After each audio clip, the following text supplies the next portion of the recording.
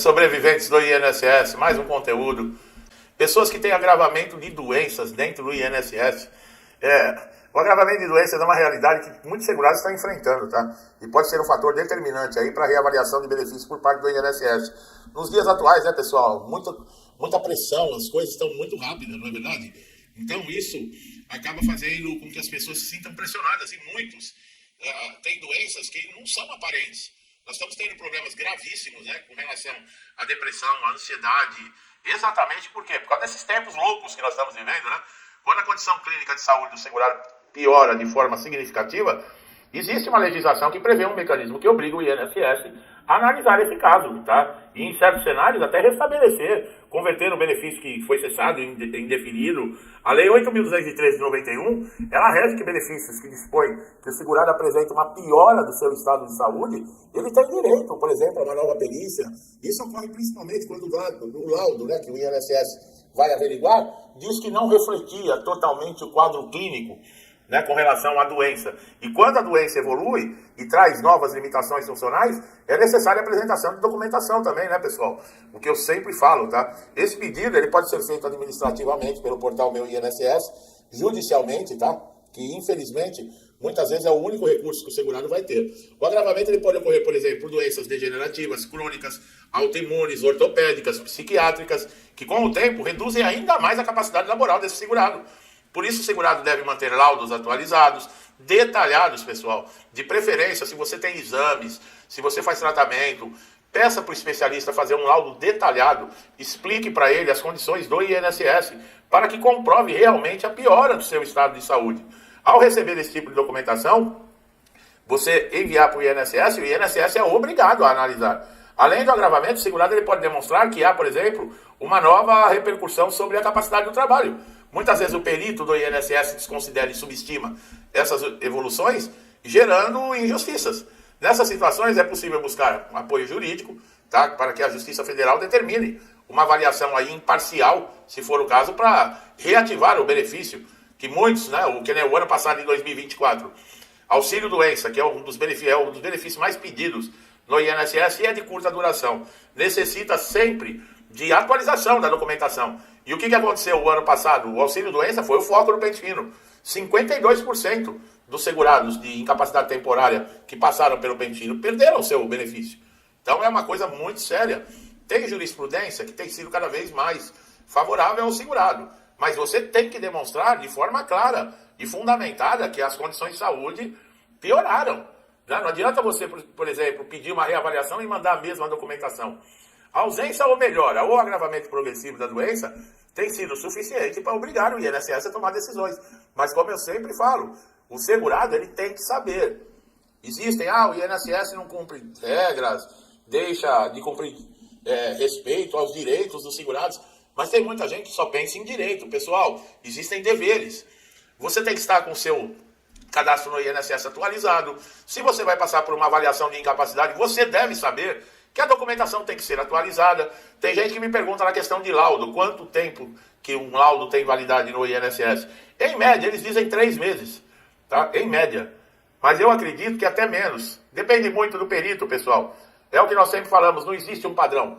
Com relação a laudo, deveria ser muito claro alguma determinação ou alguma norma do INSS para ser seguida por todos os peritos. Olha lá, o laudo tem que ter 60 dias, vamos colocar. O que aconteceria? Todo perito que você passasse em qualquer lugar do país, numa perícia no INSS, teria essa determinação de um laudo de 60 dias. Agora, na região sul, vale por 90 dias. Em outra região, não vale por 30 dias. A outra vale por 60 dias. Quer dizer, o segurado não sabe nunca o caminho a ser tomado.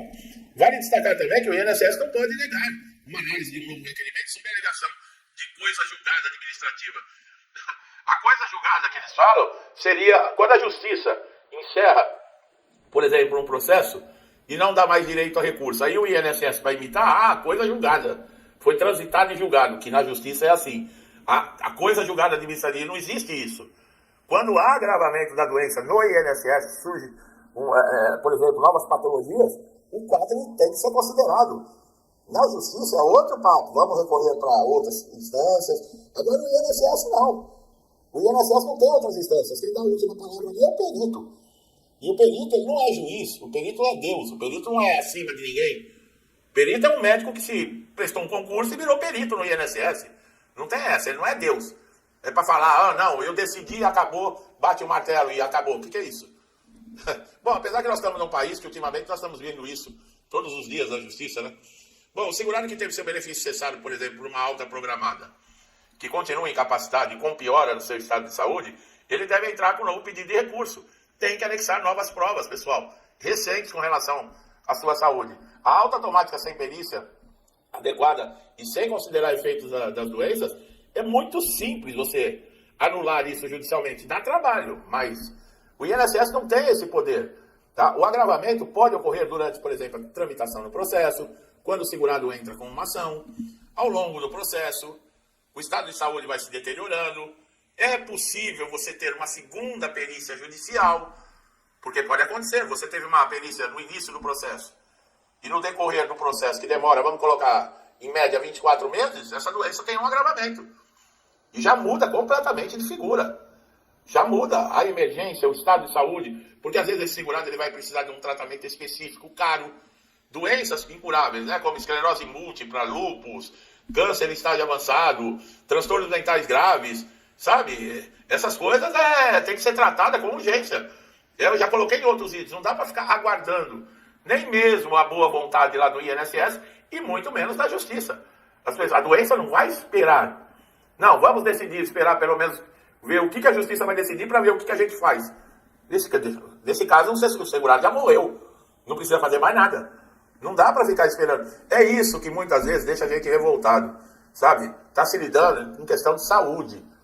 Não está se lidando, por exemplo, com algum caso que envolve opiniões, que envolve alguma ideologia. Não, nós estamos falando de saúde. Quando você mete a mão, que nem os aposentados e pensionistas foram roubados no INSS, nós estamos falando de tirar dinheiro de quem às vezes usa a aposentadoria para comprar remédio. Nós estamos falando de pessoas que muitas vezes juntam as moedinhas para comprar pão. Entendeu? E esses caras não perdoam nem isso. Bom, a reabilitação também, profissional, que é prevista em caso de agravamento. Você vai mandar uma pessoa em fase terminal para fazer reabilitação profissional. Você duvida que o INSS já fez ou é capaz de fazer isso? Não, então você não conhece o INSS, viu?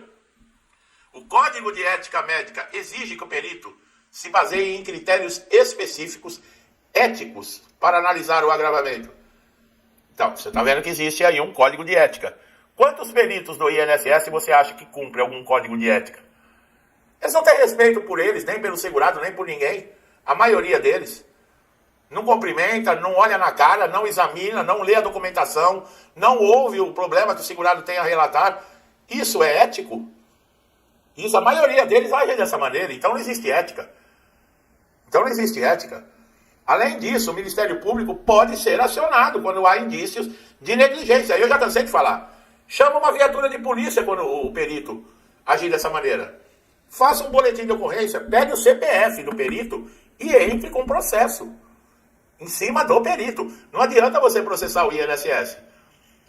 Não adianta. Você teve prejuízo, danos morais, danos financeiros, você processar o INSS, você vai morrer com seus danos. Agora, o perito que negligenciou com imprudência, com imperícia, e te trouxe danos, tanto à saúde como danos materiais, danos morais, pega o CPF desse perito, é claro que você tem que ter testemunha com relação a isso. E entre na justiça contra o perito. É a mesma coisa, o supervisor de agência. Esses benefícios que se perdem, que ninguém analisa nada, e sabe? E a pessoa está dependendo que saia a análise para receber o benefício. Tem gente que chega a passar fome, tem gente que foi morar na rua porque foi despejado. E o INSS não responde por nada disso? Essas pessoas que estão recebendo saláriozinho público, que é pago com o nosso dinheiro, não são responsáveis por nada? Não tem responsabilidade nenhuma? Tem que processar essas pessoas. Se a pessoa tem um cargo de supervisão, ela responde pela agência. Ela responde pelo que está lá. E não é responder só para o chefe dela, tem que responder para a sociedade. Funcionário público é servidor da sociedade, não é ao contrário. Ele está ali para servir, ele não está ali para ser servido. Quando o povo brasileiro acordar e entender isso, e isso não é só INSS, qualquer servidor público, tá, pessoal? Se você não sabe, presidente da República é servidor público, ministro é servidor público, juiz é servidor público, viu?